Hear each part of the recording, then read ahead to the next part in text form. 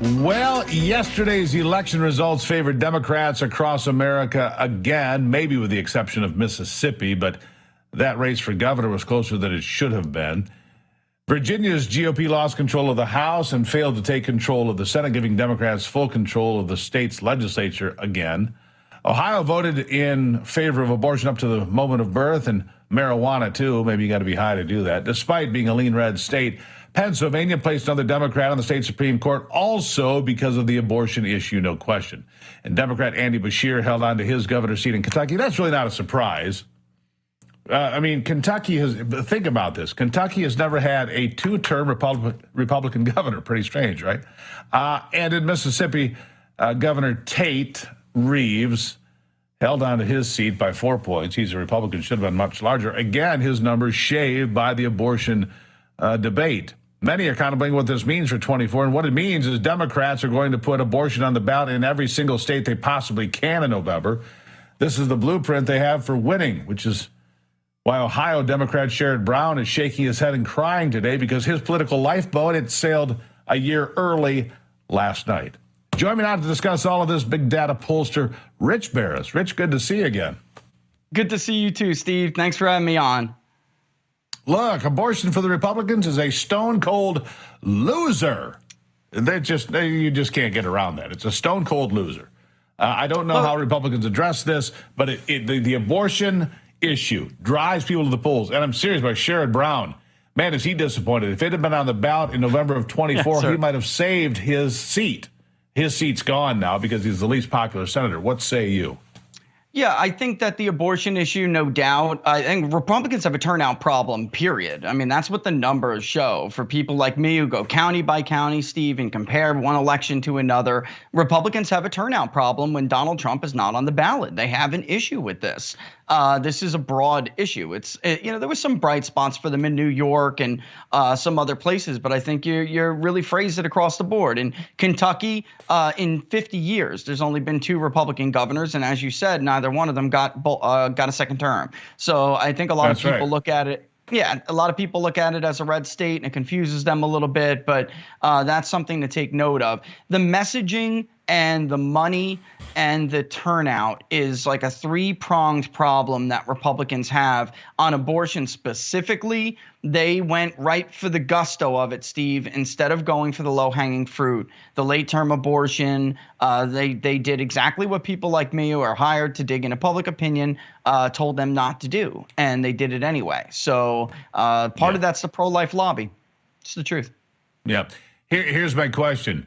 How long does Ronna McDaniel have a job?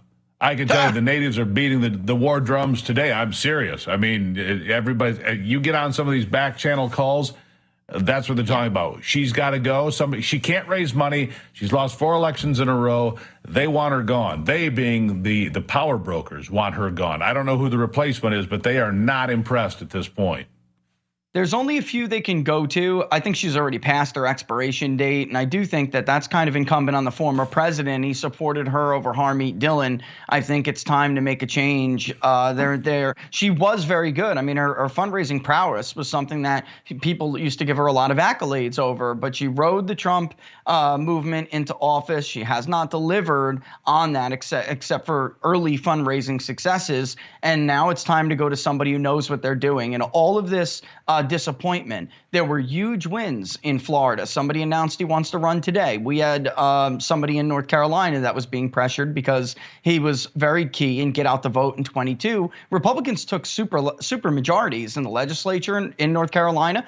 They won 2 state Supreme Court races, which gave them the court after years of it being very liberal, not just liberal. And of course, they backed the Democratic governor into a corner and elected Ted Budd for the Senate. So there are people who know how to do this, Steve. Don't rest on their laurels with this early vote stuff. And somebody new with fresh ideas has got to come in, because if people who are time after time letting people down and underperforming are not held accountable, then really you can't expect any different result in the future. That's what you're going to get. And she's been centralized with her role at the RNC. There are a lot of people who know better, know what they're doing, and they have not had a chance. So this is, right. So they're kind of running up against it here. So here I look, and we all try to, divine what this might mean for 2024. To me, doesn't mean anything. We're a year away. None of this means anything. Joe Biden is wildly unpopular. Every poll shows that. People are calling for him to get out of the race.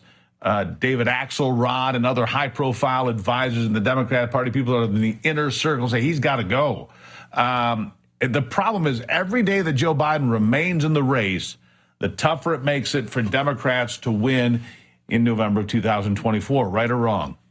No, I think you're right. And I don't think that last night particularly matters if Donald Trump is the nominee, because the difference really is this gap when, again, people like me look at these counties, this gap, Democrats get a larger share of their non-presidential vote out. And if you look in the pre-Trump era, the Mitt Romneys, John McCain was all right, but he just got creamed anyway. But Donald Trump gets a vote that no other Republican gets. And the other Republicans on the ballot benefit from that if he's on the ballot. He gives more to the coalition than he gets. So there will be people coming out of the woodwork for him that Republicans at this point, no matter what they do, cannot get them out. And I think part of that too is, Steve, at this point, I think a big part of this is that voters are telling the Republican Party, you haven't earned my vote. You just haven't. And one more thing. I mean, you look at it. Look, Republicans have to have a ground game that's serious. Where I am in Michigan, they all get together, do the Democrats. They all get together. They fill out ballots together. Somebody takes them and hauls them in now. It's all legal now. If Republicans don't start to fight like Democrats, it will not succeed. Again, this whole I'm going to only vote on Election Day. Sorry. That's cute and all, but it doesn't work. You can't expect to catch up on Election Day when somebody's sick or somebody's kid is sick or they've got called into work, whatever it may be. Yep. You got to go vote early. You got to do it with as many people as you possibly can. You got to find people that are low propensity voters, get them to the polls. I'll give you the last word. You just that last term you just used, low propensity. Even Rona, her Bank Your Vote initiative is a total waste of money and time. That's just getting your normal voters to vote early. The people who really know how to make this work know that you have to get those low propensities and non-registered, registered and banked, and then you worry about the people that are higher propensity and hopefully get them in. Keep getting crushed 75-25 in the early vote. You'll never make it up with the Election Day vote. Never. That's right. The people that are really good about, getting those low propensity voters out, we call those people Democrats currently. Yes. We need to change that. That's right. Rich, greatly appreciate you as always.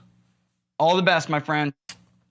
All right. Up after the break, Tennessee University has been busted hosting events that teach kids how to get around the state's anti-abortion laws. Emma Arns will join me from Campus Reform straight ahead.